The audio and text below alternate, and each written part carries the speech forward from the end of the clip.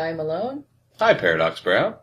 So, we're here, drinking coffee. And we're Alien Resistance.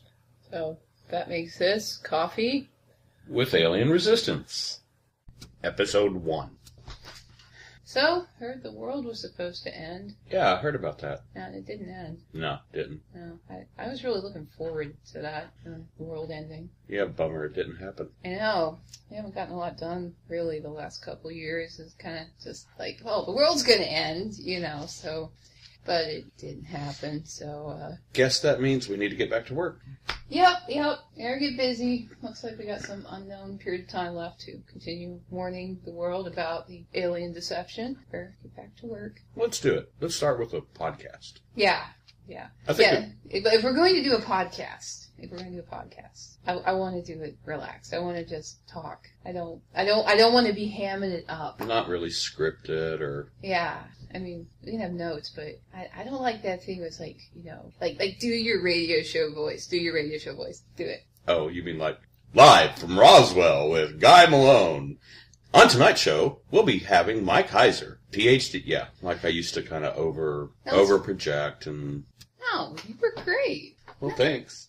That was great. That was a great show. But I'm saying though, let's do something different. Let's just have conversations and record them and let people listen to it. So it's not like this show, it's like... Exactly. I mean, how many times have we been sitting around going, darn, we should have recorded that after we've been talking about something for 20, 30 minutes? Yeah, exactly. That is the birth of this show right there. The conversations we have. We need to record them, maybe put them out there. That'd be great. But episode 1, people don't know who we are. I think a lot don't anymore. Yeah, there's so many new people getting into this subject. It's like, that's interesting. We meet people and they're like, alien resistance, I've never heard of that. And like, you're talking to people, it's like, oh yeah, alien abductions, they're stopped in the name of Jesus. And did you hear about those giants after the flood? And they never, Dr. Heiser, ever heard of C4 research? It's like, wow. Yeah, that conference we did 6, 7, 8 years ago that covered all the ins and outs of this, and the follow-up with the symposium, and 3 PhDs and theologians gathered in Roswell. It's like, wow, how quickly people forget. I know. It's almost like, it's weird. But, okay, so for people who haven't heard of alien resistance, maybe this will help some if they ever find it. But, so, first episode, let's talk about who we are and the history of alien resistance and, like, us. So Guy Malone, who are you? Tell me about yourself. Well, I had a very rough childhood. Were you abducted by aliens? Allegedly, yes. That was what started all this, for me, anyway.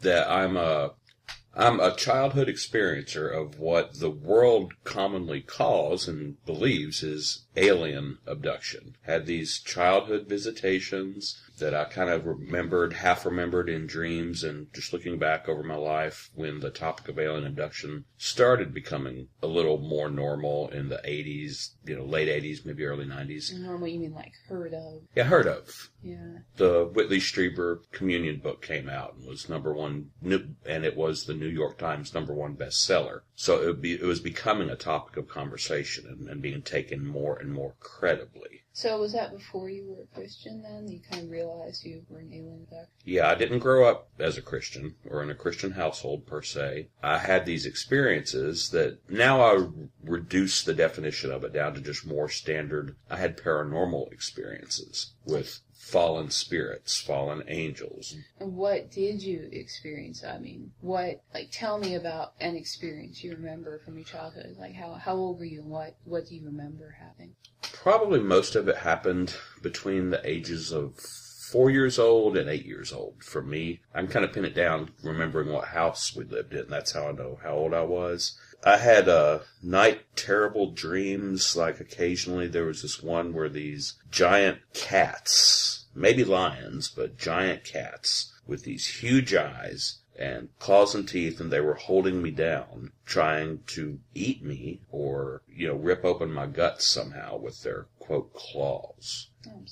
I was trying to run through my house to get away from them, and, I'd run down one hallway, turn a corner, and there was another one. I'd turn back the other way, and I'd run smack into another one, and they were just holding me down. It felt like realistic. Like, was it feel like a dream, or did it feel like more physical? Well, I totally believed it happened to me, even though it happened at night, and for most of us, that's the definition of a dream. I remember telling my grandmother, who lived with us then, the next morning about what happened to me last night, and actually feeling really miffed that she's like, well, it was just a bad dream. Don't worry about it. So you didn't think it was a dream at the time when No. it happened next day. And it's like, no answers maybe from Grandma, unfortunately. So that was just, it was a bad dream. You're a kid. Mm-hmm.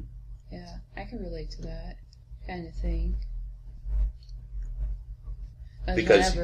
Because you've had experiences also. Yeah, because we're both former abductees. So, yeah, so let me relate one of mine. I prefer the term experiencers, though, because abductees, I think, is actually a misnomer. Well, of course it is. I totally agree. But experiencers is just not in the dictionary yet. So, but I understand. We use it all over the place. So what was going on with you when you were young? Well, it's just that reminds me of the experience I had where I thought I saw a gray when I was 5. And I remember talking to my mom afterwards. Like an alien gray? Yeah, in the house during the daytime. When I was, so I remember I lay down, I was taking a nap with my mom in their bedroom, a queen-size bed, and I think my little brother was on her other side, and I was on the other side opposite from him, and my mom, she was just taking a nap with us during the day. She's younger than me, and I was about 5, and in their bedroom, the way it was laid out, they had this full-length mirror on the closet door. And so I rolled over in the bed, I could see it, and I could see to where it was like under the bed, see the floor on the side of the bed. And when I looked down there, it looked like there was this head of something that was laying on its stomach and like peering out from under the bed. Was it looking at you? It was looking at the mirror and looking at me and reflecting in the mirror.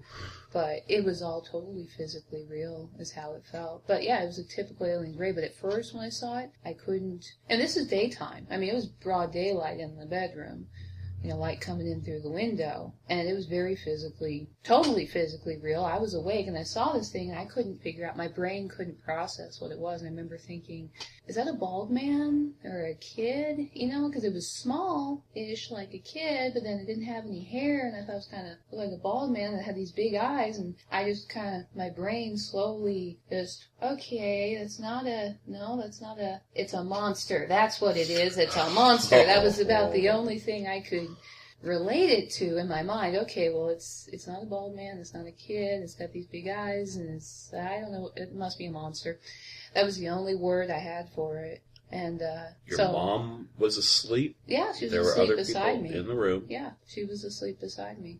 And I remember thinking about, like, getting out of the bed or touching it or, something like that, when I touch it. And everything felt totally real. And I saw it, and I had this feeling, no. And I just ended up, I got a good look, and I rolled over right up next to my mom. And I know this sounds weird, maybe, that I didn't do something else, like start screaming or whatever, but, with these experiences, there's a strange element to it where, it's, the paranormal hits reality, and sometimes you just don't react how people might think, but with me, it's like, no, I'm just gonna cuddle up next to Mom. But I remember thinking, this is real. I remember holding the blankets and going like, okay, this was real. I was cuddled up next to my mom, and I ended up just laying there for a while, and I somehow went back to sleep. And after the nap, when I woke up, I remember my mom came in, she was helping me like change clothes or something.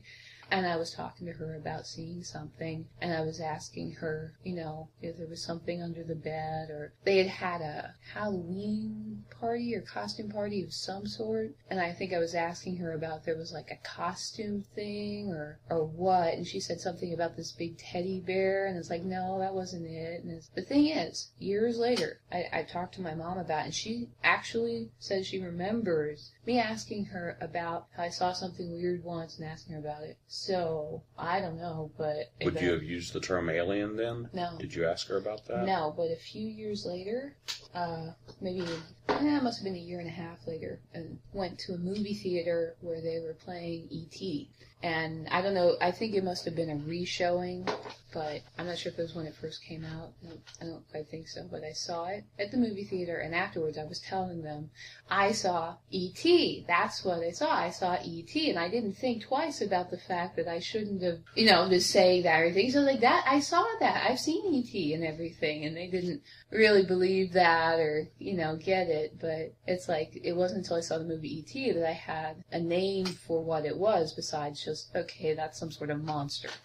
So that is a childhood experience I remember. That makes me think of a couple other things, a couple similarities between what I experienced. Because first you said people don't react the way you might think they do. It's looking back now, like through theological lenses of visionary experiences and stuff, what we know from the Bible. I feel like sometimes there's a certain type of lethargy involved where the experience is happening to you more than you are interacting. Something is directed at you. It's shock. Yeah, it could just be pure shock. There was one of my daytime experiences when I was a child. The way I described it when I wrote about it in a book, Come Sail Away.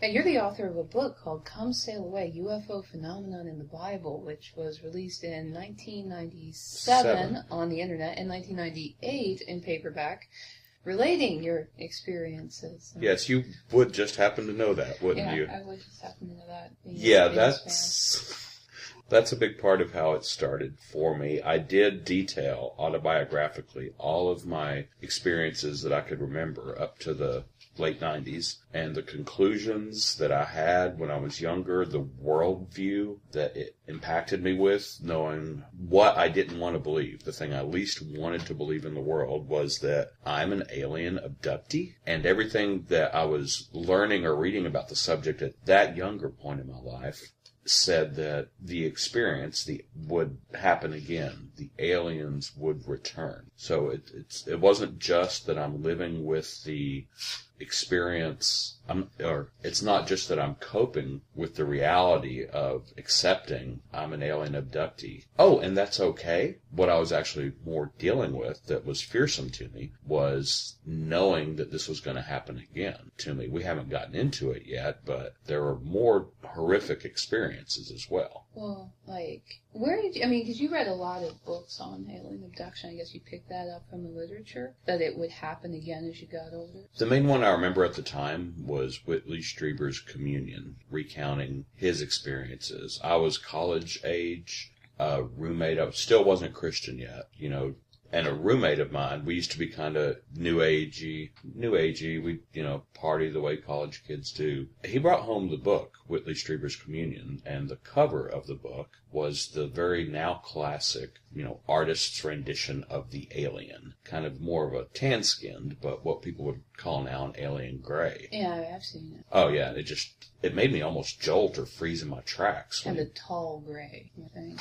When he brought it into the house, because he wanted to read it. And I was almost like, from some instinctive reaction, do not bring that book in this house. Because I wasn't even a Christian, but he was playing with a Ouija board at one point when we were living and working together. Mm-hmm. And I absolutely put my foot down. Do not bring that Ouija board in this house. You don't know what you're playing with. You don't know what you're inviting. So even though I wasn't a Christian, I had some sort of something. But you believe there were spiritual forces, and just logically, like the Ouija board might bring in who knows what. Yeah, there was good and bad out there, and us mere mortal humans had no idea of whether they were telling us the truth or tricking us. You thought that before you were a Christian. Yeah. Yeah. So you believe there were spiritual forces or something, because you were into the New Age. Yeah.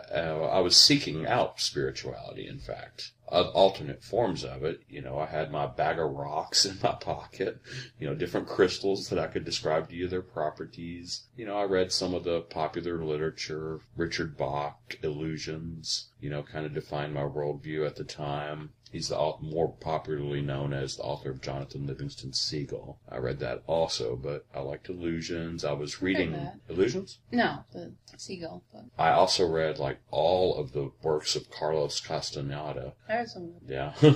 Yeah. Didn't know that about you. So not a Christian, believed in spirituality, was seeking out spiritual worldviews in general, was not comfortable with that book being in the house, but I didn't draw a line and make a big stink about it as I did the Ouija board. I just wanted him to hurry up and read it and get it out of the house. But did you, at that time you saw it, did you know, like, did you still kind of remember something had happened, or? No, not exactly. I had a very adverse, emotional, and almost like physical, my body jolted type of reaction. But I was not quite to the point of understanding or believing I was an alien abductee. You know, they call that an abreaction, I believe, where you have a physical, you don't know why exactly, but there's some sort of physical something that happens in reaction to something. An abreaction, it's actually like if you have something happen that maybe you're not aware of, sometimes that'll happen. I mean, that's what secular psychology says, but there's of course other ways to interpret it too. Just to throw that in there. Oh. Eventually I would read Communion, and immediately, maybe even before I was done with the book, I started having these flashback dreams. And I started remembering pieces of my childhood that I'd not thought of in many years. But I could remember stories I would tell people when I was young, and of course they thought I was a bright, imaginative young child with all of these tales. And they would often involve concepts like either reincarnation or what I would later know in life as New Age spirituality and pirates and travels and leaving my body. How old were you, like, when you were telling these stories?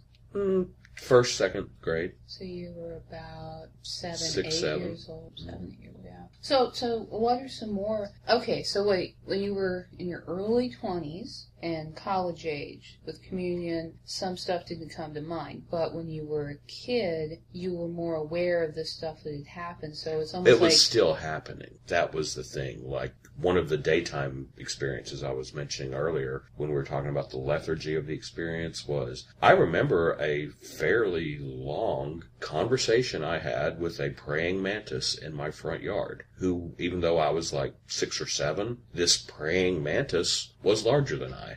And it's not like I remember him moving his mouth and speaking to me, but we were there together in sort of in a way frozen, but he was communicating with me. I was almost being downloaded, some sort of teaching, some sort of information. But the lethargy, or the way you wouldn't react the way you would think you would, the way I wrote about it in Come Sail Away exactly was, I knew that I did not like them. By that point, I did not like them in my life. They were creepy, they'd done mean things to me, whatever.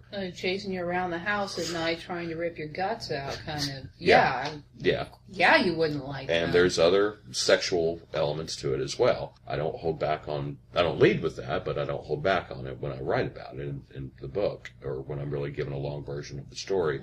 But the point is, I also knew, I believed, now here's the hook, I also knew, even though I didn't like them, what I wrote was, I had just gotten used to them by that point, and I knew that I couldn't get away. I was just stuck there. I was going to, whatever it was, painful or not, informative or not, fun or not, which it never was for me, but point was, I was stuck there, and I was not going to get away, so I would just have to endure the experience. Just kind of frozen, just kind of overwhelmed, maybe, with the shock. It's just you couldn't think to really do anything else, like run away or any normal sort of. It's just like you're there and just entranced. I would say captive more than that. Okay. If I had thought and wanted to run away, my bet would be that experience had taught me it was pointless. That's a thought. That's a thought. Well, we can get back to some other experiences if you want to, but like with the praying mantis, this is daytime in your front yard. Like, right. It wasn't a dream. It felt physically real. Yeah. When the being was done with its lesson, I don't remember him dematerializing or beaming up or anything. It just, okay, that's over. I'm going to go back to playing in the front yard by myself again. So you kind of like, do you remember what you were doing before and after? More after. There is a continuity of memory. It's not like I had the experience with the mantis and then I woke up and then went and did something else, it's like, okay, I'm here stuck for half an hour with this creature, hate it. Okay, he's gone now, and yeah, I can actually picture myself on my hands and my knees playing in some gravel when it was done. Yeah. Picture... Okay, so it's like, do you remember beforehand any? Like, were you playing with some gravel and it's like you stand up and, oh, there's a praying mantis here? Not exactly. The beforehand doesn't stand out. But somehow you just were seeing the praying mantis and then, like, it's like, hey, I'm done, and then Went you, back like, to look my away. life. It's like you looked away. Maybe. You looked away to get down, play with some gravel or something, and then I guess when you look back, it's just gone. Yeah, whatever was making me feel captive, I was no longer captive. I'm sure the entity disappeared, and then I was no longer captive, and then I just went back to, this was just a normal part of my life by then. At age 7 or 8, that's the point I'm making, is that it didn't even stand out enough anymore for me to discern what was going on before or what was going on afterwards. It was seamless. I didn't have to wake up from a dream to break the thing or anything like that by that point. It was a seamless, integrated part of my reality. And when it was done, it was done. I would just go back to doing whatever I was doing. If I'd been shopping at a grocery store, even though nothing that vivid or with that many people around comes to mind. Yeah, so it's almost like you had been trained by these experiences being forced on you to just kind of react a certain way. Because obviously, from what you're saying, maybe the earliest one, there was a fearful, violent element and you were trying to run away or something, but then you kind of got trained into just accepting its sums you couldn't.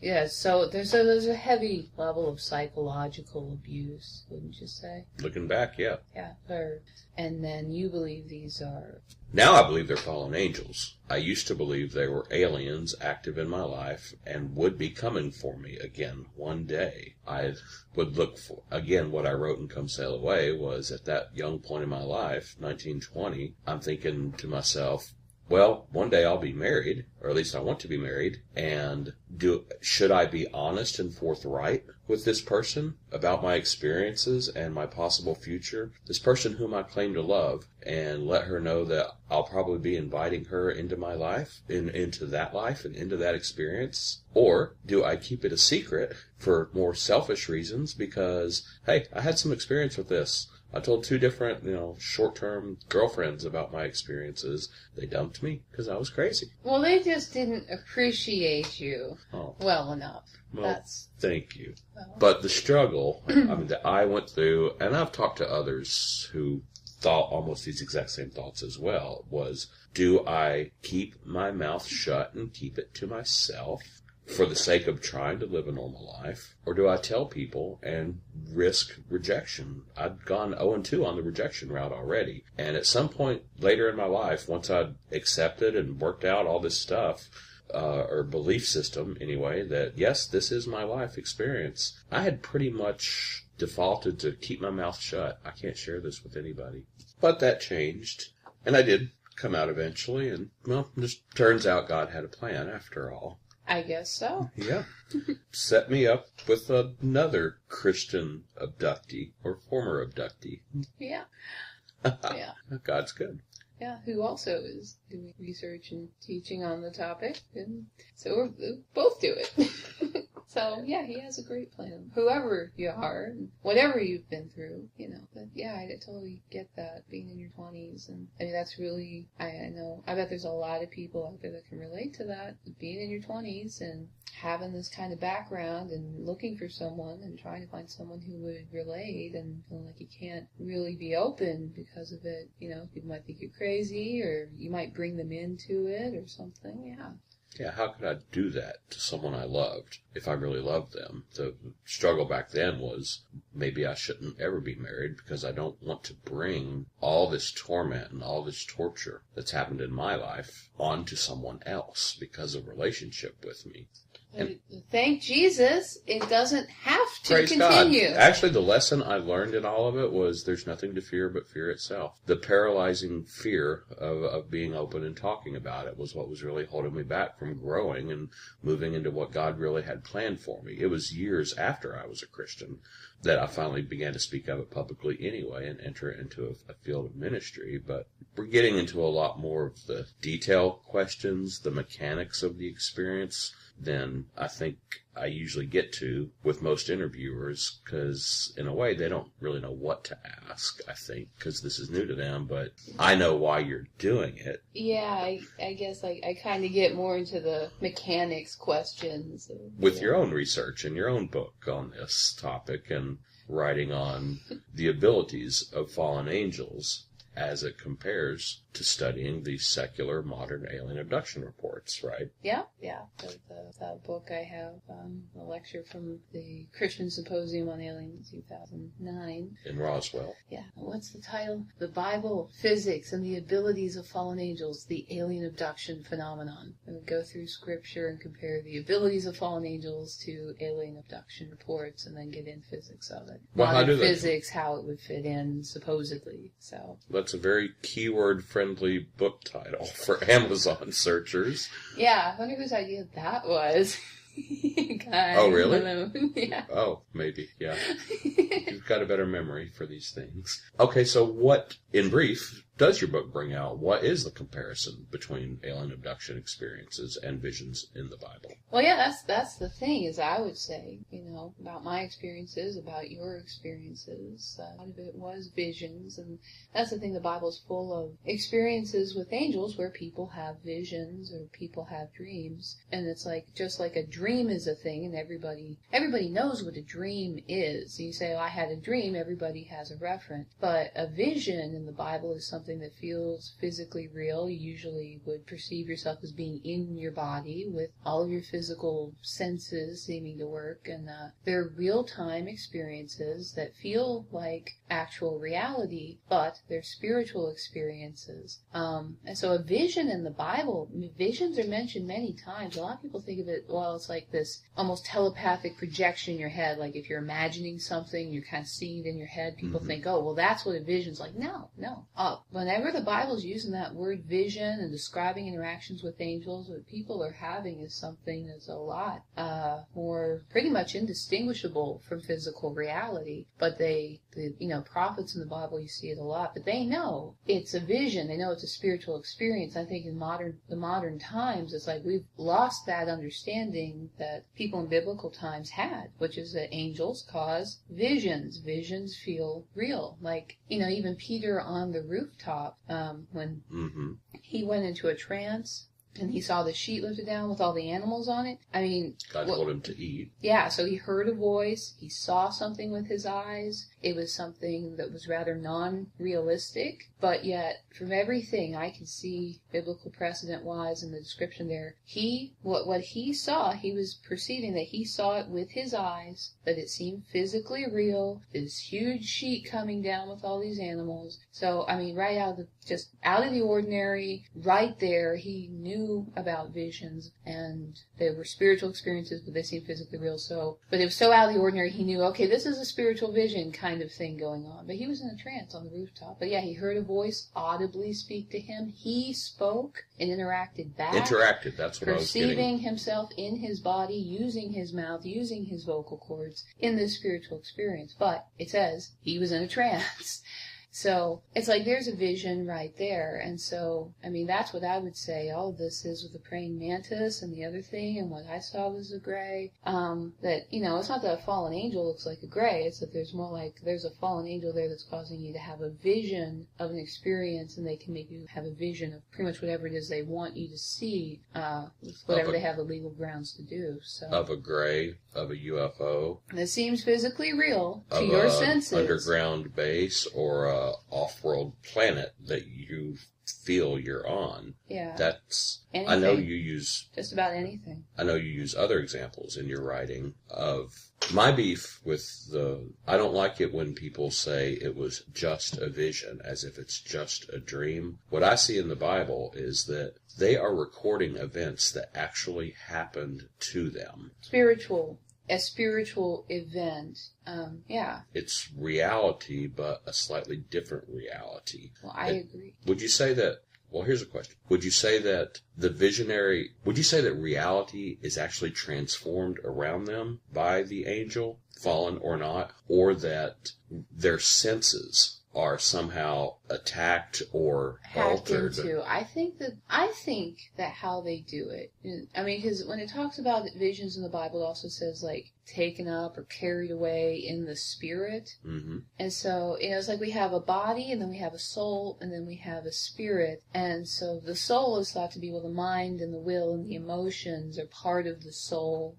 So I think what they're doing is they're kind of hacking in maybe to the brain with the, the brain waves and everything as extra dimensional. Angels being like extra dimensional, they are just altering the physical reality directly of your brain waves, of all of that, to where somehow your soul, not your brain exactly, but your soul and your spirit are getting like a false signal of what seems to be physically real, but it's not. It's like they're blocking out some or all of the signal your soul's receiving from your the senses brain of actual physical reality, and they're replacing it with a false signal. And we've talked with Joe Jordan about this. I mean, he and I both agree that the Matrix scene, where Neo has been taken out of the Matrix, but he gets plugged back into like training programs and everything, that's a good analogy for it. So he's there in the chair, but he's perceiving himself in this training program, and it seems physically real, but it's not. So that's what I'm saying. They're messing with the brain to where your soul and your spirit receive a false perception. So it's a spiritual experience where the spirit is receiving something false through how fallen angels are messing with the physical happenings in the brain with electrochemical signals and all of that. That's kind of how I think it's done. But I also think that they can manipulate physical reality too.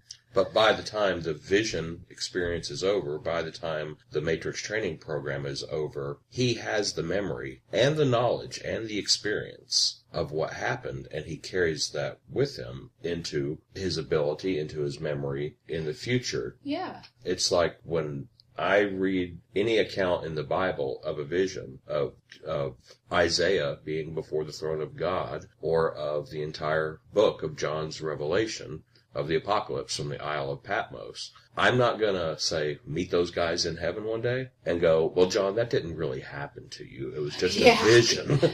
Yeah. It was just a dream. That didn't really happen. And that's, I think, where it's hard to do this sometimes as a ministry, talking to people, is that in no way, shape, or form would we ever say, well, this didn't really happen to you, because it did happen to them. And it's happened to us. And multiple times with each of us. We know what it's like because we've been through it, and when we say vision, we are not negating the experience. And sometimes I don't know if people quite catch that, but no. This show is, You're never going to be able to talk to an alien abductee and tell them it didn't really happen to them. No. One, you're theologically correct if you do. Incorrect. You're theologically incorrect if you do. Because it really happened to them in the same way the spiritual visions in the Bible that are recorded really did happen to them. And I know you've written about how John tasted a scroll and it was bitter to his stomach. So even in the visionary experience, the five senses are still active. They have a memory of it, and they can describe it in great detail afterwards. Yeah, that's just one of many examples that are covered in the book. Because it really happened. That one's interesting because it's internal and external. It shows that the vision can actually interact internally into the bodily senses as well. You got an upset stomach, you got something sweet in your mouth. So, it's not just what you're seeing over there or what you're hearing coming from over there. It's something that's right up and totally every sense inside and out can be interacted with. So, are we on a tangent, or are we going? We are. Somewhere? This is kind of a getting to know you episode. That's right. So we live. So, wait. So I know where I want to go with this. Okay, so you're a childhood experiencer and has some childhood things. So we're talking in your 20s, and you were keeping it to yourself, but then you became a Christian. Against all odds. Against all odds. Praise the Lord. Praise the Lord. And so what happened where now you are alien? So tell me, in ministry, Christian ministry, it's like, how'd you get into this ministry, and what's your background? Guy Malone of Alien Resistance. I grew up mostly in Nashville, Tennessee, and... Oh, so you're from here? I'm from here, yes. I am from around here, yes. I can get there from here. Sorry. And almost immediately upon becoming a Christian, I was in a small church that, emphasized deliverance ministry and the reality of the demonic or dark realm or whatever. At least it was spoken of. It wasn't hidden away. It wasn't a taboo topic. And I'd seen one or two deliverances where people actually had demons cast out of them, like within the first month or two of being a Christian. That might be odd to some people, or that might be different from other people's experiences. But I just snapped by revelation of God. It's like, oh, well, these weren't really aliens that were messing with me my whole life. These were like demonic fallen angel experiences. Parallels in the Bible of what demons and fallen angels did. And another thing we didn't really speak of, just barely, I had this whole crazy New Age worldview that kind of defined me as a result of these experiences. I had ideas that there was no internet for me to get this stuff from. I wasn't studying a lot of stuff in libraries and book reading, at least not when I was in elementary school. But you had ideas on reincarnation and things like that without any exposure through books or other television things? Or anything. So where did it come from? I think from my experiences and interactions with these entities. It was just sort of, in some ways, subliminally downloaded, or, my perceptions, my predispositions. I was like a little freaking New Age guru by the time I was in 5th grade, and I really can't tell you where I got these wild ideas that some people will remember me for. Someone contacted me on Facebook a long time ago, and she and I talked about all the crazy stuff. Like, we threw a Frisbee up on top of my roof once, and I held hands with her, and I said, we are going to think it down off of the roof via mental telepathy. Wow. I called in a radio show when I was like 9.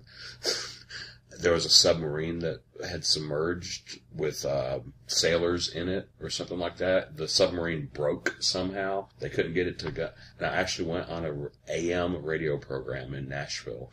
I called in, they answered the phone, they let me on. Oh, here's a kid with an idea. They were wanting to know what solutions. And I just asked for everyone in the sound of my voice to think them up. Let's see if we can raise the ship right now. Through all of us hearing this on the radio right now, think them up off the ground and get them to safety.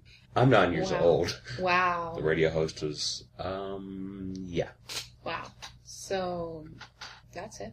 And I became a Christian one day against all odds. Yeah, so when did it go from not wanting to talk about this and keep it quiet to when you actually started talking about it? Well, I wasn't talking about aliens throughout my teenage years, or I was just... like after you became a Christian. I talked a lot about different forms of spirituality. That took about 6 years, honestly. I was convinced that I was free and delivered and that these experiences couldn't harm me anymore. The power of Jesus in me was enough to rebuke them and make them go away. I was no longer living with, and I'd seen that happen with other demonic realities in mine and people's lives. So I was convinced that I was free and that I did not have to live in fear of this coming back, or even if it did, that the power of Jesus Christ in me, I could just rebuke them and things would be good. Things would be okay. But I still had this little fear of a stigma of actually telling people, oh, I was abducted by aliens when I was a kid, or the experience. And I'd always knew that one day I'm going to have to write a book and spell all this out for people. But I didn't want to do it, honestly, until after my parents had died, because I didn't want to embarrass them. Yeah, I can understand those kind of feelings about things, yeah. So... my child, the alien abductee, I was a teenage Frankenstein kind of stuff. Well, when he did come out, though, understanding it was demonic and you put it that way to people, did you find Christians were generally accepting at all about it? Not really. Not immediately. How did that go down? Especially in the late 90s, and even my experience throughout the decade of the 2000s. What do we call those? The OOs, I guess? The O's. Uh-ohs. For the most part, it is a topic that the mainstream church hasn't wanted to touch. That's changed a little bit since I got into this in 1997. Well, I think it's changed. I mean, since '97, at least in some circles. I mean, now it's like I think there's a lot more people that are open about their testimonies, at least in certain circles. I mean, you definitely find more on the internet now about it, even like on YouTube talking about it. But I think the whole culture has gotten more of an interest in the paranormal, where it's become more and more mainstream, including this. So, I mean, the culture has really shifted more towards it, like with the reality TV shows now and everything, to where just in general, I think people are more open. But I don't know. The church is more open in some circles, but maybe not everywhere. What circles might those be? Yeah. The ones we created in the last 15 years, maybe? Yeah, you and certain other people really open that up more for more acceptance. But okay, so what did get you speaking up about, like, 6 years, you said? Yeah. In 1997, the group known as Heaven's Gate, most will call a UFO cult, committed suicide based on their belief in UFOs and the Bible working together, and somehow that by committing suicide they could enter Heaven's Gate by boarding this UFO that was allegedly passing by the Earth behind a comet. And somehow or other their leader had convinced them that all this theology, the leader was a pastor's son, and he justified all of his beliefs using the Bible somehow, that he and his partner were the reincarnation of Jesus and the Father. And it just struck me as a tragedy that 39 otherwise intelligent people could get sucked into having demonically, I'd say, inspired UFO and the Bible related belief systems enough to actually kill themselves. And I felt a weight of what those people's eternal destiny was going to be, because in a sense I felt that I had the answers that many of them might have been looking for, and I was too scared to go public with why I knew the answers to their questions. Why you had some authority maybe to speak on it is you'd had some experience with it, so... So I got me a webpage and I started writing back in '97. When the internet was young. Yeah. What was there, like, out there in the way of Christian material on this, like, '97? I couldn't find any except for David Flynn's Watcher's website.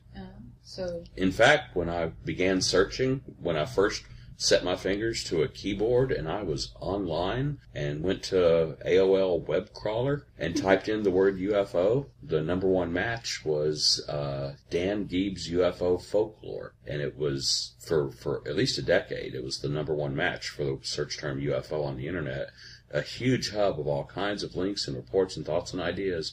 And right there on page 1, he had 2 scriptures from the Bible that were inferring that what people were finding in the Bible were really UFO reports that ancient people misunderstood because they were a pre-technological society. And I'm like, man, I gotta do something about this. Whatever it was in my head between my experiences, I felt I have the biblical answer that people are looking for, the truth that they need. And I had to set myself to commit myself to put it on the internet. And I wrote my first self-published book, Come Sail Away, as a very long webpage that contained both my personal testimonies and all my horrific stories, and a New Testament thesis that this is a huge deception that's going to end with a one-world ruler, an antichrist, and deceive the whole world into believing that aliens are here to save humanity from the end times, from the disasters and all the Matthew 24 and Book of Revelation stuff.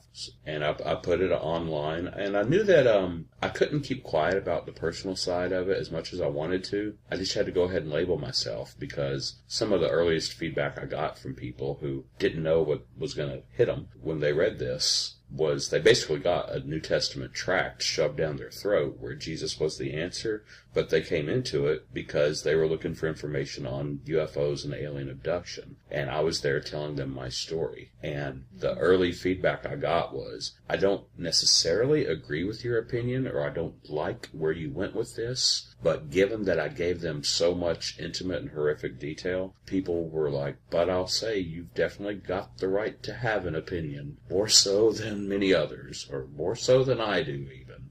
And it worked to a large extent. It worked. So that's awesome. And that was 97. And so I think you've mentioned before you started getting a lot of email. And once you got the site linked through some other sites, is that? Yeah, I went online and just started going to... I got rejected by every so-called Christian search engine and portal that was out there at the time, and would even kind of get into little email arguments with their webmasters. Just read it. It really is Christian New Testament evangelistic material. But the topic was just, no, we're not linking to anything that says UFO. You know, and that same vibe carried into Roswell a year or so later. But the big link I actually got was from artbell.com in 1997. The famous, well, today it's Coast to Coast, late night paranormal radio show with George Norrie is who people would be familiar with. But 15 years ago, Art Bell was the host of that program, and his webmaster turns out is also a Christian. I sent him the link of my UFOs and the Bible website book online to read for free. They thought it was the greatest thing since sliced bread and put it as the top link on their Link of the Day page. I went from getting 15 or 20 hits on a great day to the first day that was up there, over 600 links that first night. Wow. And not a small amount of email either. I bet not. A lot of it was argumentative. A little was appreciative. Did a lot of Christians write you?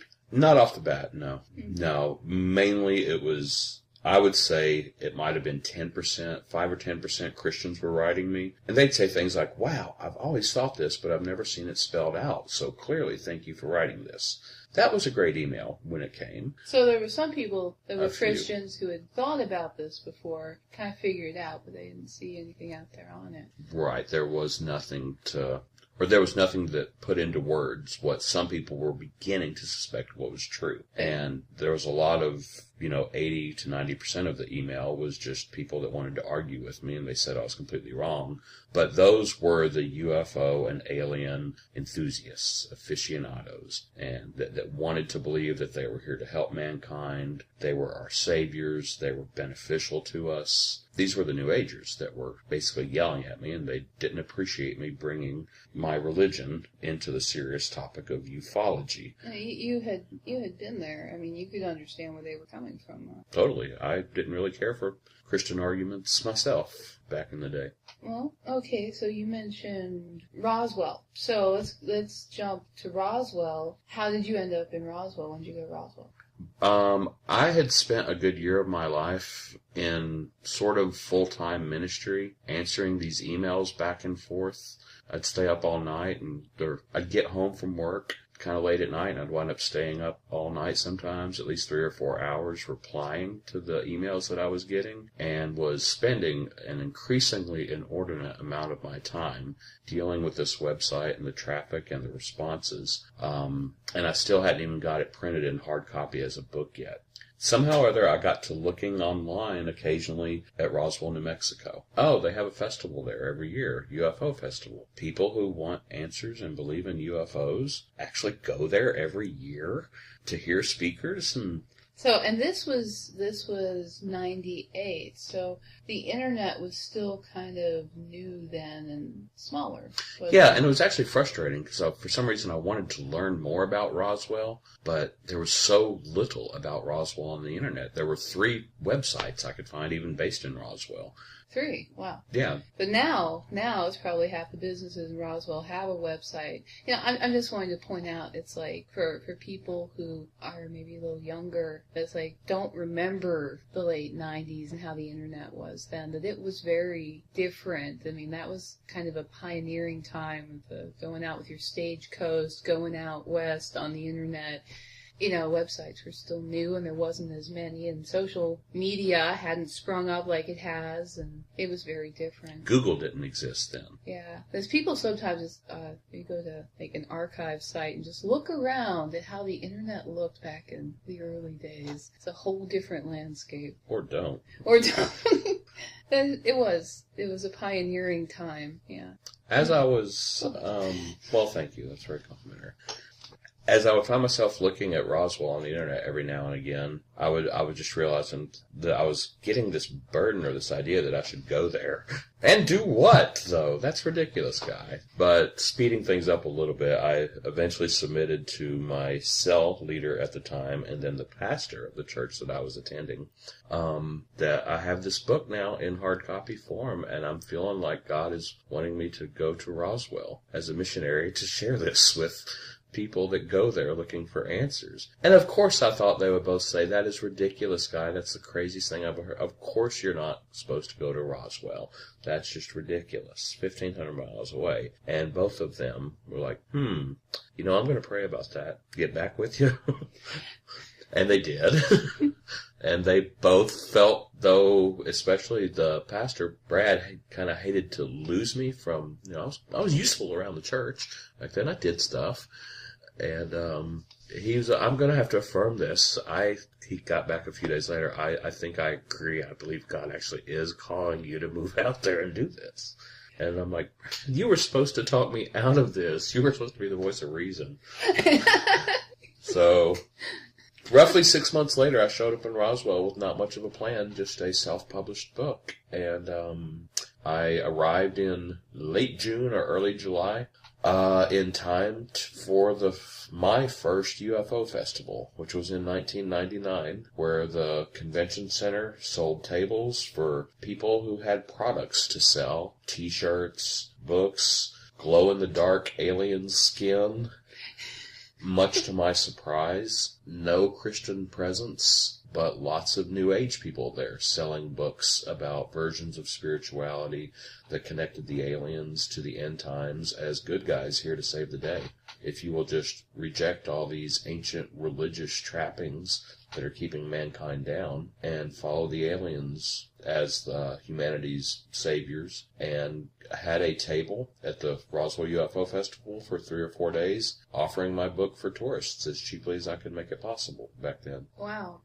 And so going to Roswell, I mean, I would think some of the strategy at that point in time was that one of the ways to reach a lot of people, you had to be there in person, maybe, I bet back then it's like you couldn't really reach as many people for sure and get to them without actually going to a physical event. I mean, again, this is kind of an internet has grown and changed on things.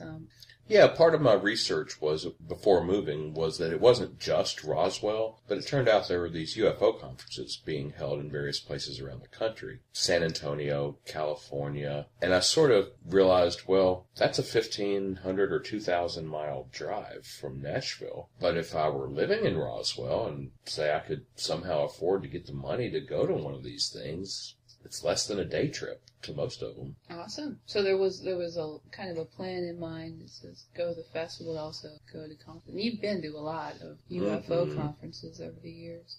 Yeah, they're held from coast to coast. Hollywood to Washington, D.C., Arkansas, Colorado, San Antonio, Florida. There are UFO conferences that are, some are more serious, scientific, like nuts and bolts. Let's find the prints in the dirt where this UFO allegedly landed, according to witnesses, and let's study the amount of radiation. Some of them are that way. Most of them are a lot more dominated by a New Age spirituality scene, where people are there promoting just alternative. Yeah, or how they might put it is that it seems like there's aliens visiting the Earth and people are having abduction experiences, and who are they, what do they want? Yeah, exploring those topics, just not from a Christian perspective necessarily. Never at the time, yeah. Yeah. So what happened next in Roswell? Well, my grand plan was to take this self-published book of mine and get it dropped into all the local tourist hotspots that I could, and then probably leave Roswell within a few months and go back to Nashville. So you were kind of reticent in this. You said go in the book there, get out. Well, I was a city boy. I grew up in Nashville. Roswell was a tiny town.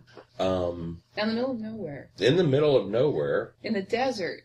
with nothing to do, it would turn out, I would find out, compared to someone who grew up in a larger city. So, yeah, I went there, but not really believing I'd be gone in 9 months or back in a year. And I did have a worship leader who was kind of at my sending away party, who attempted to strongly impress upon me when I told him, yeah, I'll probably be there 9 or 12 months and then come back. And he was just like, no, you won't. He's like, you're going to turn an entire town and subculture's point of view around. That is your goal, at least. That is your mission. And he's like, dude, that doesn't happen overnight. It takes a long time. And that was the closest word, so to speak, I got. That's quite a word of encouragement and focus, their spiritual mission. So, what happened then after the UFO festival in Roswell? Well, as it turned out, Bob, the worship leader, who told me that, was right. I immediately that week took a box, or at least a copy, of my book, Come Sail Away, to the UFO Museum, and I was willing to just give them multiple copies and leave it there on consignment, and they could pay me when it's sold. Now, what is the UFO Museum? Great question. In Roswell, New Mexico, they're at the corner of 2nd and Main, roughly the two highways that divide Roswell into north, south, east, and west. If you're driving through, which is really what most people are doing, just driving through. Roswell's a town of 40-something thousand. So, dead center in the town, the biggest intersection. In the crosshairs, definitely. There is a museum that memorializes the now famous and well-known 1947 Roswell incident, as it's called, or the UFO crash at Roswell, as people refer to it nowadays, where it is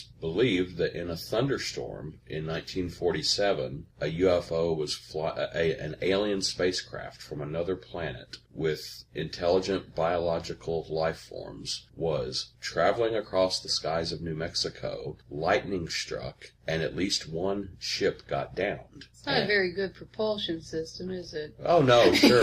Yeah, you can travel 90 billion years across the universe, not hit a single asteroid or planet or comet dust, which would cause you to explode on impact. And then you have this mission of planet Earth, which you have studied and surveyed, and you're finally sending a, quote, manned vehicle there. Lightning. Yeah, and you forgot about that one. You hadn't figured out you shouldn't fly your ship through a lightning storm. I guess so. So the story goes. That is how the story goes. And there's a lot of eyewitness account and some sorts of tangible evidence. Well, you've done a lot of research on that since then. RoswellUFOcrash.com, in fact, yes. So the museum, which, I mean, let's just get a little out of the interview thing. It's like, I've been there. It's like they got all the news stories up on the wall, and they got, like, kind of displays of dummy aliens, mannequins, and, UFO art kind of things, and lots of different UFO sightings from a lot of different places, news clippings and stuff like up on the walls. The heart of it is it focuses on the Roswell incident where a rancher came into town with debris, some funky metal that had unusual properties. And he went first to the sheriff, and then they called the military to say, hey, you had some test vehicle, and I know where it crashed. And they're like, no, we weren't doing anything that night. Take us out to where you think you found this crashed vehicle. And they brought back the debris. And the story has just grown there. There's many different versions of it, many different tellings of it. But Roswell itself became a focal point for people who wanted to investigate whether the story of an alien crash was real or not. The museum set up a nonprofit museum that had the displays and all the eyewitness accounts and affidavits for what people went through at the time, and in a way it's compelling. It's a nonprofit museum which is attached to a bookstore, a gift shop really you have to go through on your way out. Yeah, and then they also have a library with a lot of books in there. That you can sit and study and read for days. If you're a tourist who just wants to go to Roswell for a week and read up on it, you can check out their books if you live there. Yeah, but my goal was to... When did it start? Do you know? When it opened? I think around 1991, actually. Okay. It was there long before I was, for sure. Okay. So, you wanted them to carry your book? Yeah, so I went and met the nice lady who ran the gift shop. and offered her my book on consignment. And she immediately looked at the cover and was like, no, I can't carry that. I'm like, well, why not? You don't have to pay for it. It's free. Just if you can give me money later if it sells. And she said, we don't carry anything that has to do with religion. And actually, being a studier of this emerging UFO religions topic, I looked from where we were standing in the store. I looked around and I pointed to 3 different books that did deal with UFOs, aliens, and religions. And she said, well, we bought those a while back and we're not going to replace them when they're sold out. But that is our policy. We don't carry anything that has to do with religion.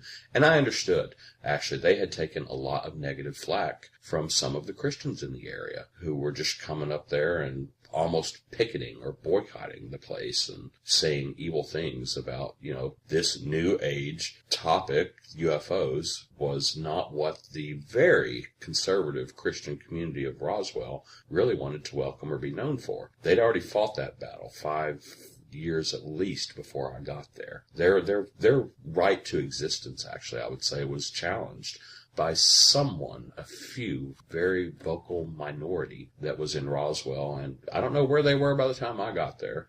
And settled down and... Apparently, and it had just become a norm. The UFO Museum was a tourist attraction. It made people stop in Roswell rather than just drive through. It made them eat at the restaurants. It made them rent a hotel room for a night or two just to check out this oddity, this UFO museum. Yeah. So what happened next? Well, I left from not being able to have my book carried at the UFO Museum because it dealt with religion, and I went to the largest Christian bookstore on Main Street thinking, well, sure, I'm just God's gift to Roswell. Finally, a Christian has come to explain this phenomena for us. And the owner of that looked at the cover and said, no, we do not carry anything that deals with UFOs here. Okay, so you were pretty hyped up, excited, like you're going to bring this book there and the book will be in the town and people will come across the book and they'll get the truth about what this phenomenon is. Get saved, maybe. Yeah, so you're going to the UFO Museum and how old were you then? 31. 31? 31. So you were pretty excited. And then the UFO Museum wouldn't take it. The Christian bookstore wouldn't take it. I was madder at them, actually, than the UFO Museum. The UFO Museum, I understood. They had a reactionary policy to bad things that had happened to them. But the Christian bookstore, I felt, should have been more inclined on the side of fighting for truth, even if it was not popular. That's rather idealistic of me, I realize. To read the book, maybe, before saying no. That's exactly what I asked him to do. And he did read the book. Oh, well, and he told me he thought it was great, and he thought I was on to something. And if anybody came into the store specifically asking about Christian books on the UFO topic, he agreed to give them my website. And I left him the same little 1/4 page flyers with the book cover and the website that I passed out at the UFO festival. I wasn't just trying to sell my book there at the festival. I passed out hundreds, at least, flyers with the website URL where they could go to read it for free online. I didn't care if they bought my book. Never been in this to make money. Yeah. I just wanted the information out there. It's been free to read online since 1997 is when it started, and it still is. It's a powerful read. It really is. It's a great. Thanks. So, but that wasn't enough, huh? I was stymied. My grand plan was to get my book into the hands of tourists, right? And set up reorder procedures so I could scoot myself back to Nashville one day soon. And I was stymied. I was between a rock and a hard place. I had no avenues for selling my book and was running out of money fast from what I had and from what the church had given me when I left. And got a job waiting tables in Roswell, New Mexico for 11 years. I worked there. Awesome. I know you're a hard worker. And after settling in, I got back to the internet, had to accept my lot in life, that my plan wasn't working. I mean, well, maybe God had something else in mind. Oh, fine. A quote comes to mind. Necessity is the mother of invention. Yeah, that's really good. I was between a rock and a hard place. And after a couple months, very early, I'd say I got there at the 1st of July, maybe June 30th was my first day there. But by the end of August, if I recall, via the internet, I found other Christian websites dealing with the topic. Joe and Chris, of course. Oh, so they had just pretty recently gotten something up then. Mm-hmm. I think at some point in Nashville they had both individually, separately, they lived, miles apart, but they had met by then. They had both sent me emails, but either too busy, didn't like their websites maybe or something, and just in all this rush to move to Roswell, I had to pack, I had to raise money and all that stuff. I didn't connect with them, but after I was in Roswell, I started looking at their websites, emailing, got a little more, and I realized that, the problem I'm running into with all these Christian search engines that won't link to me, but the New Age ones will? Well, I made the site to look, it had a black background, for starters. And in 1997, if you had a Christian website, you did not use black backgrounds. That just wasn't done. That was the underground. Yes, the goth, the New Agers, the freaky people. Well, I made them, I wanted Internet them, style. I wanted them Yeah. I wanted the New Agers to feel at home on my website. And it had a picture of an alien head. That's what's on the book cover and all that stuff. And the artwork was really fantastic. Thank you, Kim. Which far exceeded what you people expected of Christian works back then, honestly, whether it was music or art or anything. So the New Agey ones thought it was great. They wouldn't read it, but they would sure link to it because they thought it was cool. The Christian ones wouldn't read it, and they rejected it out of hand. But the problem was that I didn't think Joe and Chris's sites were doing much better with Christian audiences than mine was. So I got this brainchild to link up all three of them under one single .org, which was a very powerful term back then. .org? Alienresistance.org. So actually only organizations were really using .org. It hadn't just gone to kind of a who cares free-for-all. It's like you were a real organization if you had a .org. Yeah, and if you had any marketing plans at all or brains at all, you only bought .com back then because that's all people knew to type. So, but if you're a .org, ooh, that says something about you, and it did. So the original alienresistance.org was just a links hub that featured a paragraph on my website, what it was about, on Joe's website, what it was about, on Chris's website, what it was about, and it had a logo that I borrowed from this completely anonymous, still today, nobody knows who they are, free sticker campaign, V2, which if you sent them a self-addressed stamped envelope, they will send you back envelopes full of stickers that have this famous logo of an alien head, but with a red circle around it and a line going through. No aliens. What does it mean? What does it mean? And I borrowed their logo with permission and linked us all up on the website. So these three, honestly, I understood the position of the Christian webmasters even, and the average Christian internet surfer. If they came upon any of our three sites, they would have to be very cautious, and it would be highly suspect that you don't know if you're getting into one of those freaky Heaven's Gate things. Anybody that's a Christian that's dealing with UFOs and aliens is immediately suspect to be a kook. Yeah. So you made a website that was, let me guess, a white background. It did have a white background. Yeah, okay. At first. And then it had a white frame anyway, the poster, the logo. Then it had a black background with stars, and that's where the white text descriptions to our three websites were. So anyway. Yeah. So anyway, yeah, we're getting to a lot of detail. Web design details here. Geek talk, yeah. Geek talk. Strategy, marketing. And shortly after that, I got the .org rolling, and it became a juggernaut of traffic. The internet was growing. Everybody was getting online now. And we were showing up for both Christian and non-Christian searches. People were linking to it. So people would link to that one. Yeah. Enough Christians getting together is like, oh, okay, this seems all right. Oh, yeah, you got three from different parts of the country, and they've got a .org. Well, by golly, I think I've found a reliable source of information now to study. Okay, so what I know, okay, the other people don't know, is that you opened up the storefront of Right. Alien Resistance HQ. So I want to hear about, how'd you get the idea for that? How did that happen? Necessity is the mother of invention. I felt rejected and stymied because no place was going to carry my book, and the idea popped in my head, I'll open my own store.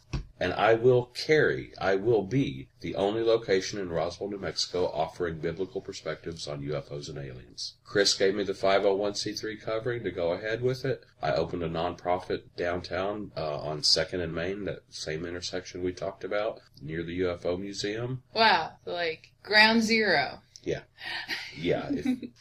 And started ordering a few other books that were available, such as by Bill Auner, William Auner, Ron Rhodes. There were a few Christian books on UFOs out there by then, if you really looked hard for them. David Allen Lewis. David Allen Lewis, UFO End Time Delusion. So there were a few. Right? I'd never read them up to that point. You never read them up to that point? So it's like you found them, but you hadn't heard of them before? Not before I moved. I wrote my book from the perspective and the advice another Christian author gave me. You write your book before you read anybody else's. You write what God has given you. Don't copy what someone else is doing. So once I started opening a storefront, I mean, it was small, it was dingy, and I had to live in it to be able to afford to keep it open. It always operated at a loss. So you were kind of working and paying to keep it open. Yeah, I'd wait tables and open the store during the day. They eventually accommodated my schedule and very politely respected the fact that I was doing something else downtown. So they let me work mostly nights while I kept the store open during the day. Got some Starbucks coffee off the shelf at Albertsons, and started there were no Starbucks coffee locations in Roswell. That's how small and primitive this town was when I moved there. Okay, back in 1999, 2000. Yeah. So you had your Frappuccinos? Yeah. And I had coffee maker? a coffee maker and an espresso machine that I bought at Walmart. And before you know it, I had a Christian bookstore and coffee house. And there was no high-speed internet in Roswell either then. Everything was still dial-up. And if you were... Stone Age, man. All of the hotels could not offer their travelers internet access. I happened to be, because I was watching for it, one of the first places in Roswell to finally have high-speed internet. And my friend Jody, who had decided he liked my website and came by to get to know me one day, and he loved coffee, he built computers and did web work for a living. So before long, I had an internet cafe where people could come and rent computer time, drink Starbucks, and if they were so inclined, they could leave with a book or one of many free flyers I would give them that had topical subjects addressed germane to the frequently asked questions and answers about UFOs, aliens, and the Bible. Wow. There wasn't a lot of demand for it, but the rationale was if people are going to come all the way to Roswell, New Mexico because they want the truth, someone needs to be there to give it to them. And that was just revolutionary, really, in 2000. If you say so. Well, I think it was. I think it's awesome. I've seen the pictures. I mean, that looked like a fun little coffee house, whether for locals or for tourists. I mean, that was pretty happening. Yeah, so I was that oddball, that Christian nut dealing with the UFO topic, who, if you took any time to look into what was going on, he claimed to be an alien abductee, and he was there to tell you about the prophesied end times coming alien invasion delusion. Deception. And give you a cup of coffee and coffee. Chat. Internet. Coffee with alien resistance. Coffee with alien resistance. That's what it was. So did you get a lot of tourists? Off and on throughout it was very seasonal. During the UFO festival and the summer, Roswell saw tons of tourists traveling through. Mm-hmm. Like, I'd say 75% of the people I met that would come into the shop over the years, 75% of them I encountered during 3 months of the year, the June, July, August. The other 9 months, I might see 20-25% of the people I talked to. And 75 was locals, like... No, hardly any locals at all came in because I was that UFO nut Christian guy down on Main Street that nobody wanted anything to do with. And yeah, I would mail out letters. I would invite pastors. The local church I started attending there, after 9 months of getting to know me as a human being, Christian, plugged into their church, they actually gave me $100 a month in support because even though they disagreed with some of the things, they saw it as a genuine evangelistic effort that was preaching Jesus to a very targeted subculture that they were glad to throw money at someone else to do so they wouldn't have to. Well, they cared. They cared. More advanced in that reaching the outreach. One of the elders, Boyd, worked off and on with me for several years. He was also interested and knowledgeable of the topic, and he was, at best, served as a liaison between myself and the church. So I rolled on. Like I said, the volume was very low, ultimately, though. Well, there's not much demand for biblical perspectives on UFOs when people come to Roswell. Roswell. Well, you did have a lot of people coming in just really for internet cafe. I mean, that's what I was talking about, Yeah. is that it was staying open through the internet cafe and coffee and just hanging out, not so much the UFO perspectives. I mean, those other Correct. 9 months of the year. Yeah, and I still had to keep my job full-time to make it happen and to pay the rent and the utilities. But off and on, that was a good 5-6 years of my life, living in the shop and meeting the tourists, at least during the daytime. 5 or 6 years. Yeah. That's a long time. And Alien Resistance. I mean, Yes. people can find the pictures online. Alien Resistance HQ. Yeah. So you're doing Alien Resistance HQ, and then Conferences. conferences. That's another big thing that happened in Roswell. So There was one a year in Roswell that the UFO Museum invited speakers who propped up their alien crash theory point of view to speak during the UFO Festival. July July 4th weekend. every year. Every year. Well, starting in 96, 97, 98. I was there for the fourth one, 99. But there were also UFO conferences and events being held around the country. And the more I looked on the internet, the more I found them. And when there was money available, and again, I worked for a living to support it, and I had a few friends and people that would give me some money from time to time, I would travel God to... bless them. God bless them. The first one I went to was San Antonio, and it was a UFO conference, and I had my UFOs and the Bible book and free website booth, and right across from me, there was a representative of the Raelian religion with her books upon books and her high-tech TV video that showed you their special effects indoctrination to the Raelian religion, which is the largest UFO cult in the world. And she and I had an interesting weekend together. I bet. Skipping ahead, the next conference I went to was in Florida, where I met Joe and Chris in person. And we had a UFOs and the Bible, 3 of us there, answering people's questions, walking around, talking to people, blessing, praying. And it's not all antagonistic. A lot of times, this is a very common question. Once I started going to UFO conferences around the country, especially Christians would ask me, well, don't you find that's a very hostile environment to go into with the Bible? And I'd be like, that's what I thought too. But then after doing it a couple times, I realized that the people that are coming to these UFO conferences that are all over the country, they have questions. They're looking for answers. Some of them are alien abductees. Some of them want to know how to make it stop. Some of them want to know what is really happening. Others, it's just an intellectual curiosity. But what I found was, whatever their motivating factor is, they are willing to take several days out of their life. Maybe they're paid vacations, travel hundreds of miles, pay for hotel and conference registration fees and meals on the road, because something in them wants to know the truth about UFOs and aliens. So the same rationale of being in Roswell for the people that would go there, I started going around the country to other secular, New Age, scientific UFO conferences and just paying the $300 or whatever to rent a booth and sit there and give away tracts and flyers and have a growing collection of Christian material that was becoming available as the years progressed. That's awesome. And, we met Mike Heiser and a few other people via the internet and got the harebrained idea to have our own conference in Roswell with 6 Christian speakers. That first one was 2003. And that was at Alien Resistance, right? The first night of it was in the back. I mean, you could barely even call this a warehouse that I was operating out of. Dingy, dusty wood floor. Oh, I've seen the front was a shop, but the back was like a big warehouse area. Right. Which was nice. Yeah. I guess to have that level of space.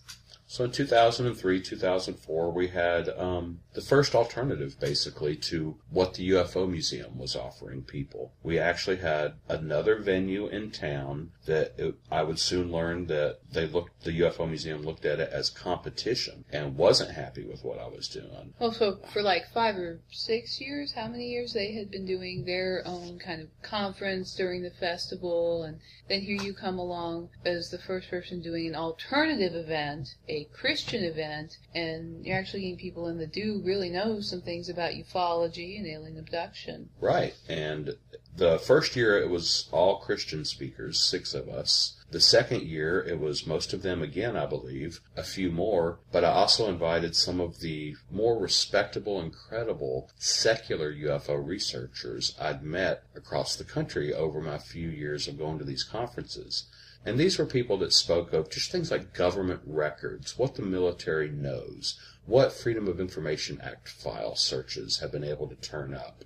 The ones that I found I liked their information and their material. It was very factual. Right. It didn't have any New Age or spiritual bias to it, but you could definitely prove that there was something going on and some presence. Many of them would say E.T., and the common ground I found with many of them over the years was to simply agree that some non-human presence is engaging humanity on a regular basis. There is proof of it, there is evidence, and scads of it. The government records is covering it up to some degree, it seems. And the 2004 event had 7 Christian speakers and 7 non-Christian speakers. We had this huge 4-day event, Ancient of Days. And that was groundbreaking. And so a lot of people who have heard of alien resistance, and they have heard of Ancient of Days, and the 2004 conference really was groundbreaking for the first time, really, I think. You had Christian speakers, non-Christian speakers, everybody's in ufology, everybody's coming together and talking about it and discussing it. With a 3-hour panel discussion at the end of it. Yeah, a lot of people have seen that, and a lot of it's up online, too, on YouTube and places. That went pretty viral out there, didn't it? Mm-hmm. Oh, yeah. So that was a great conference that reached a lot of people. So then you done 2, and then you started doing... It continued for several years afterwards. I had varying themes and varying speakers, 2003, 2004, 2005, something different, 2006,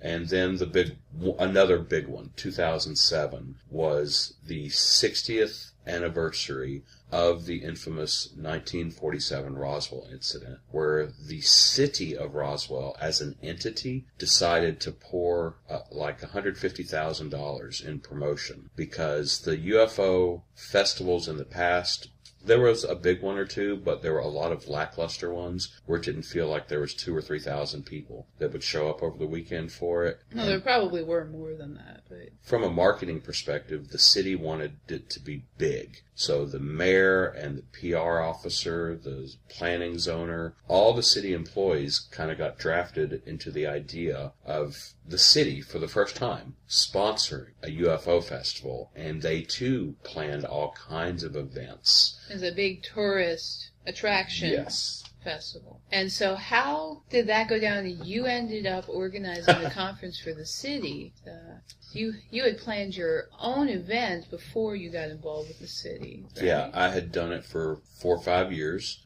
Every now and then something nice would be said about me. After 2006, a nice letter to the editor appeared in the newspaper. I caught wind through the Roswell Daily Record, the newspaper's story, that, 10 months from now, the city has decided they're going to promote the UFO festival and be involved. It's other than just the means of the UFO museum, and have something all across town with multiple events. And I was like, hey, well, I took a lecture that I had done recently.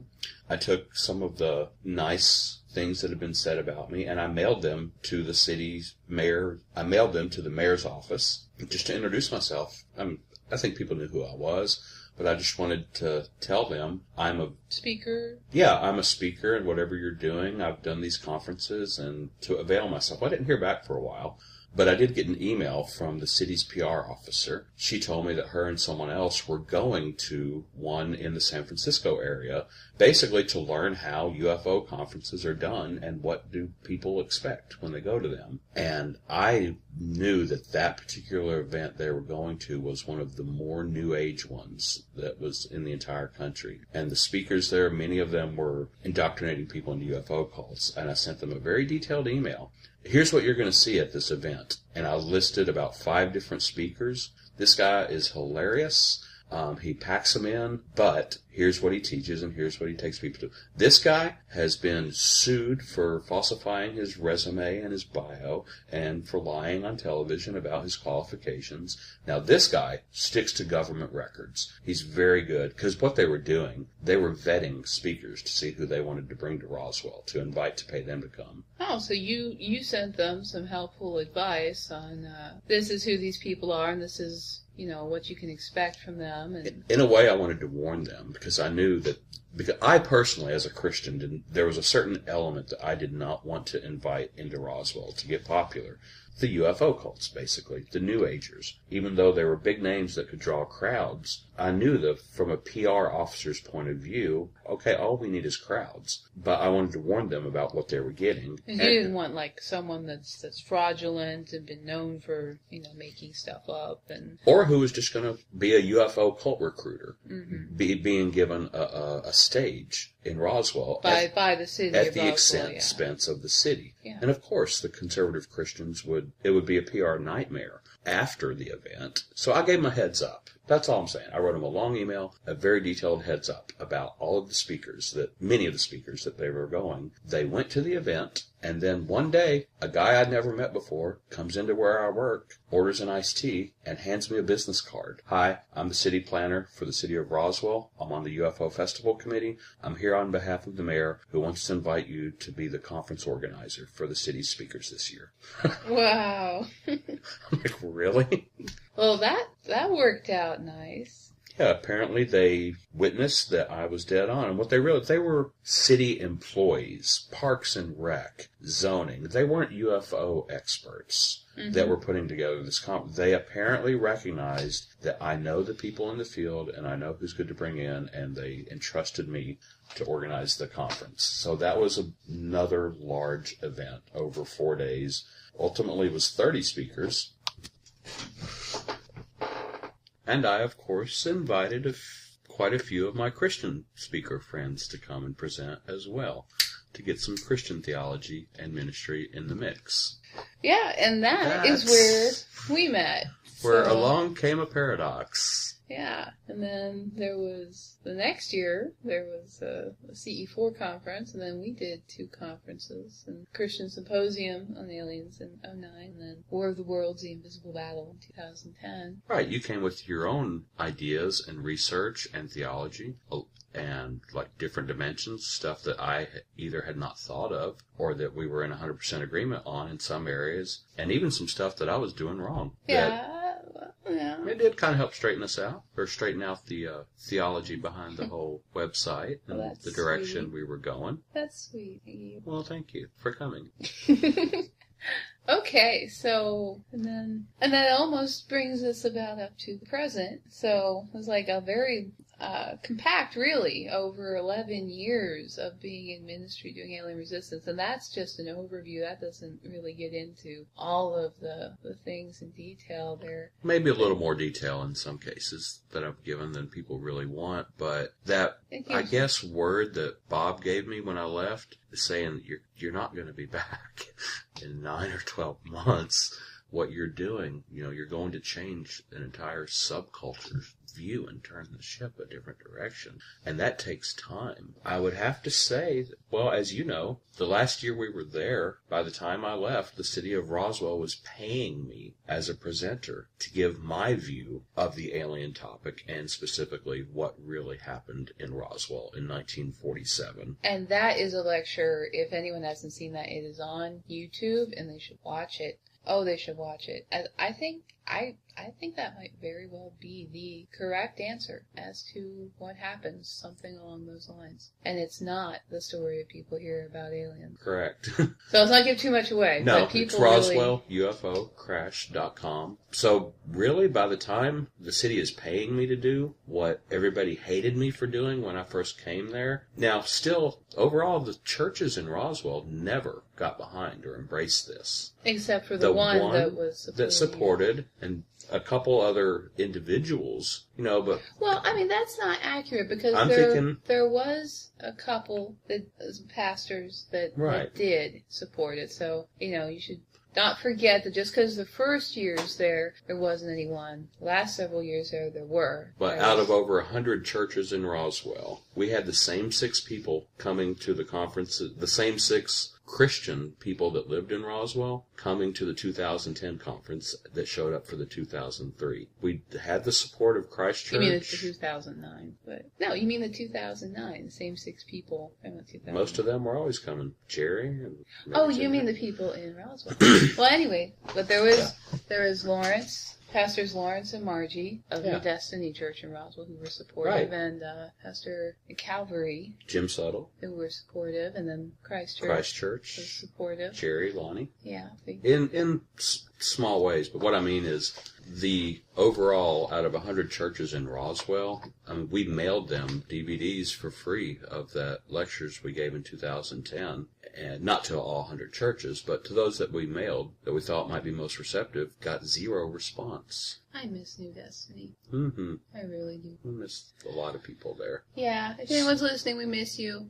Yeah. We do. It just boils down to, yes, okay, so I was ingrained and had a lot of favor from the city. The church hadn't changed, though, so I had a feeling, a tension between mission accomplished or mission impossible. Yeah. So the point was for people who have never heard of alien resistance or Guy Malone, to give them kind of a background of like what you've done in ministry here, and it's and now there's some time in Orlando, Florida, and then now we're in Nashville, Tennessee. Alien Resistance is back to Nashville. Guy Malone's back to Nashville after 11 years of doing outreach to the UFO subculture in Roswell, New Mexico. And the world didn't end, so it's time for us to get busy again. No, well, didn't really think it would, though. But just because the people that misinterpreted the Mayans got it wrong, I put a lot more faith in what the biblical prophecies reveal. Yeah, and that's been a bigger focus the last few years. More your area of specialty. Matthew 24 in the book of Revelation. Yeah, so here's one thing, is like you have been involved in this since the late 90s, like 97, and I've heard other people say this, Joe, that really there has been maybe a heavier eschatological focus in the Christian ufology field. I don't know exactly where you distinguish even the Christian ufology field anymore from sort of the all sorts of Christian or Christian-esque eschatology focus on things, but would you say the eschatological focus has increased? Definitely. It's become kind of a hodgepodge of murky, questionable, all over the place, debatable interpretations. But really, how this began, I mean, the heart of this field, the heart of alien resistance, was evangelism and outreach to abductees and people who are interested in aliens and UFOs for whatever reason. Who are experiencing torment and they just want help. And that's what you went to Roswell for, was to give them those answers. The people that were in UFO cults, people that were abductees, and so you thought you had the answers to what this really was. And you wanted to share that with them, and the freedom in Christ that is available to being an abducted. Right, and the answers that I arrived in Roswell and left Roswell with are still available for free through all of our websites. I would say if anything's different, is that honestly, I still had a lot of questions. I might have thought I had the answer when I arrived, but there's one thing about this field is that the longer you're in it, the more questions you have. But now I'm at a point where I feel like even most of the questions that crop up as fringe or as secondary and third, I feel most of those are satisfactorily answered for me too. And it's less a field of research for me now, as it is a matter of we have to take what we've got now. It's been refined. It's been corrected. Some of it's been changed. And I leave Roswell much more useful and knowledgeable than when I arrived. Yeah. We need to take what we have and get it to the church worldwide to equip them for ministry so that they also can go out and minister to the people in their area that have these same questions that you and I both had years ago and that people have all over the world still today. And here we are in Nashville. And here we are in Nashville. The buckle of the Bible Belt. And, there are still a lot of people out there that have questions, and really the paranormal alien UFO topic has just gotten more popular. It's on TV more, it's in movies more, arguably. There's more and more people who are interested in the topic and getting maybe some incorrect answers on it. So awesome. So now people who have not heard of alien resistance should have some idea what it is. Yeah, the coffee has done its work. I've rambled on quite a bit. I'll give you the final word, Paradox. This is Alien Resistance signing off.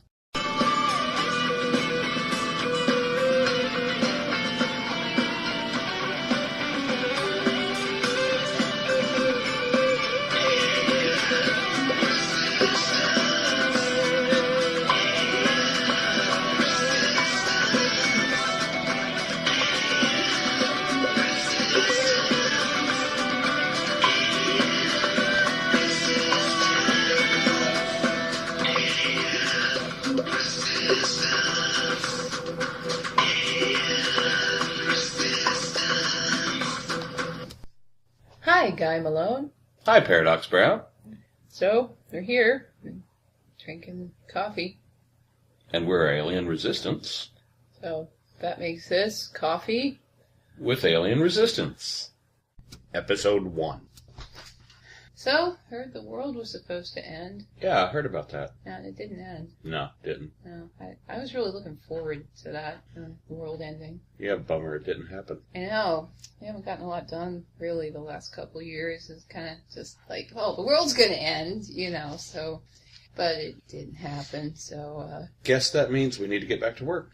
Yep. Gotta get busy. Looks like we got some unknown period of time left to continue warning the world about the alien deception. Or get back to work. Let's do it. Let's start with a podcast. Yeah.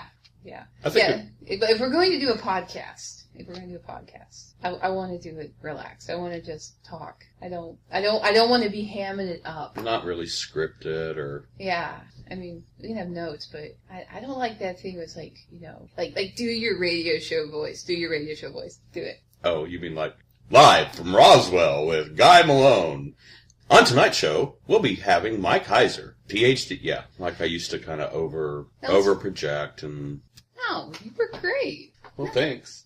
That was great. That was a great show. But I'm saying though, let's do something different. Let's just have conversations and record them and let people listen to it. So it's not like this show, it's like... Exactly. I mean, how many times have we been sitting around going, darn, we should have recorded that after we've been talking about something for 20, 30 minutes? Yeah, exactly. That is the birth of this show right there. The conversations we have. We need to record them, maybe put them out there.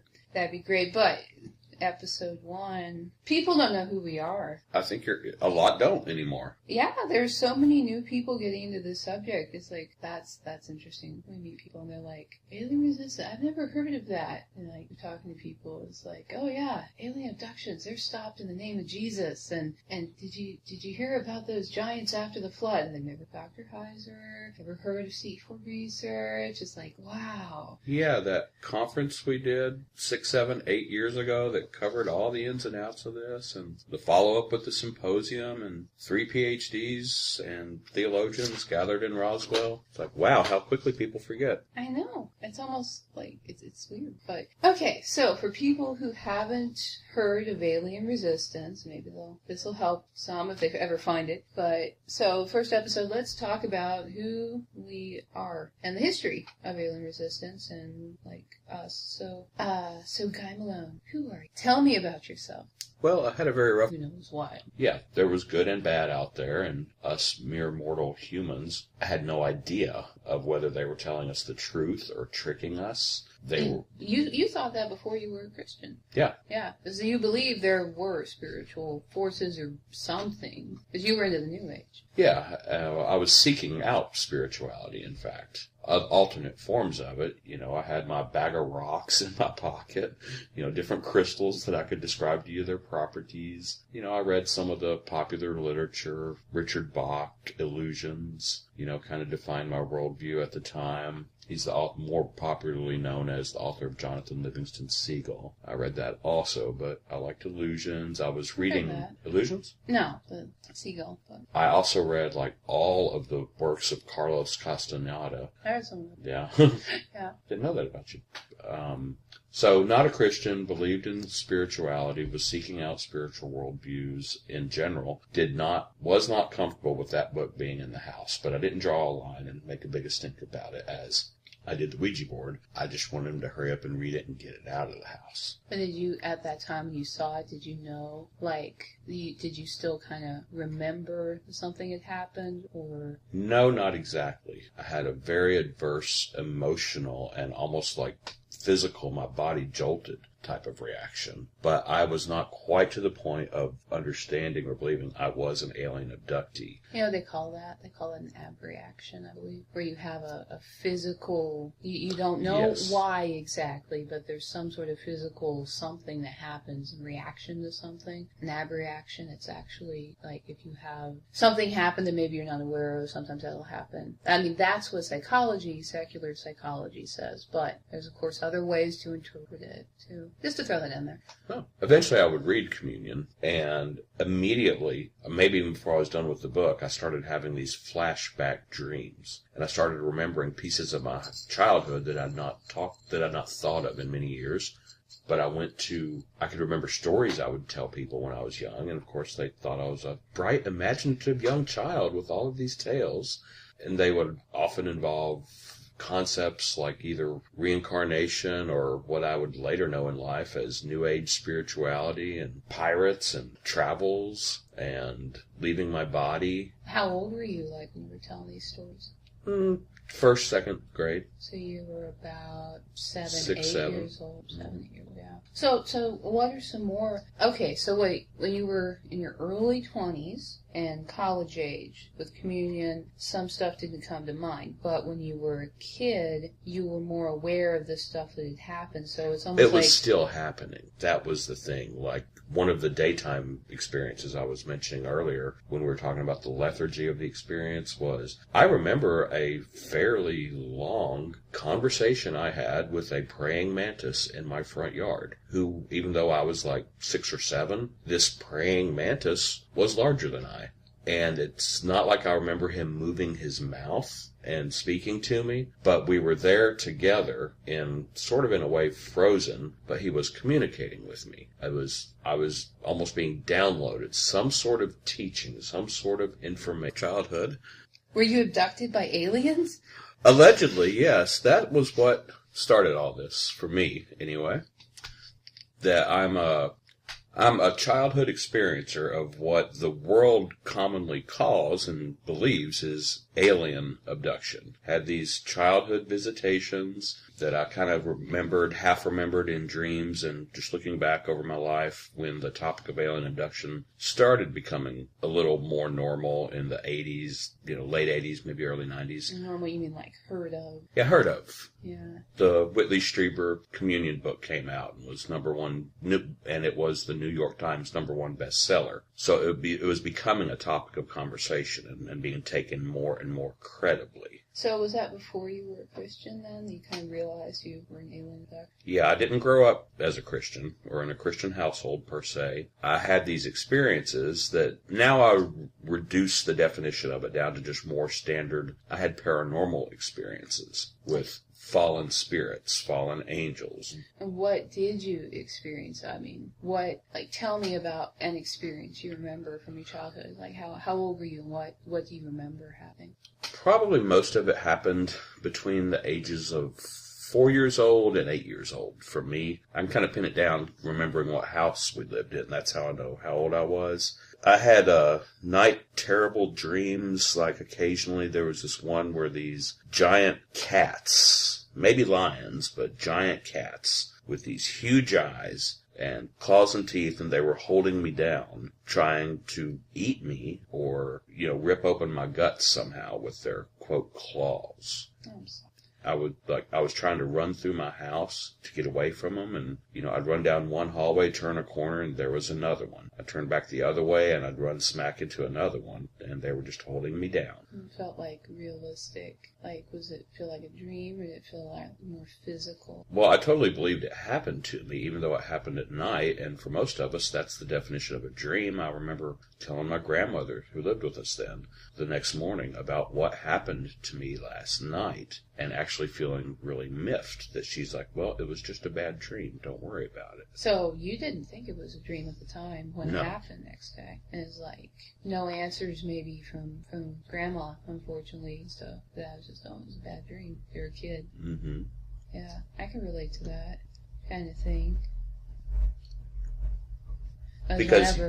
Because you've had experiences also. Yeah, because we're both former abductees. So, yeah, so let me relate one of mine. I prefer the term experiencers, though, because abductees, I think, is actually a misnomer. Well, of course it is. I totally agree. But experiencers is just not in the dictionary yet. So, but I understand. We use it all over the place. So what was going on with you when you were young? Well, it's just that reminds me of an experience I had where I thought I saw a gray when I was 5. And I remember talking to my mom afterwards. Like an alien gray? Yeah, in the house during the daytime. When I was, so I remember I laid down, I was taking a nap with my mom in their bedroom, a queen-size bed, and I think my little brother was on her other side, and I was on the other side opposite from him, and my mom, she was just taking a nap with us during the day. She's younger than me, and I was about 5, and in their bedroom, the way it was laid out, they had this full-length mirror on the closet door. And so I rolled over in the bed, I could see it, and I could see to where it was like under the bed, see the floor on the side of the bed, and when I looked down there, it looked like there was this head of something that was laying on its stomach and like peering out from under the bed. Was it looking at you? It was looking at the mirror and looking at me and reflecting in the mirror. But it was all totally physically real, is how it felt. But yeah, it was a typical alien gray. But at first, when I saw it, I couldn't. And this is daytime. I mean, it was broad daylight in the bedroom.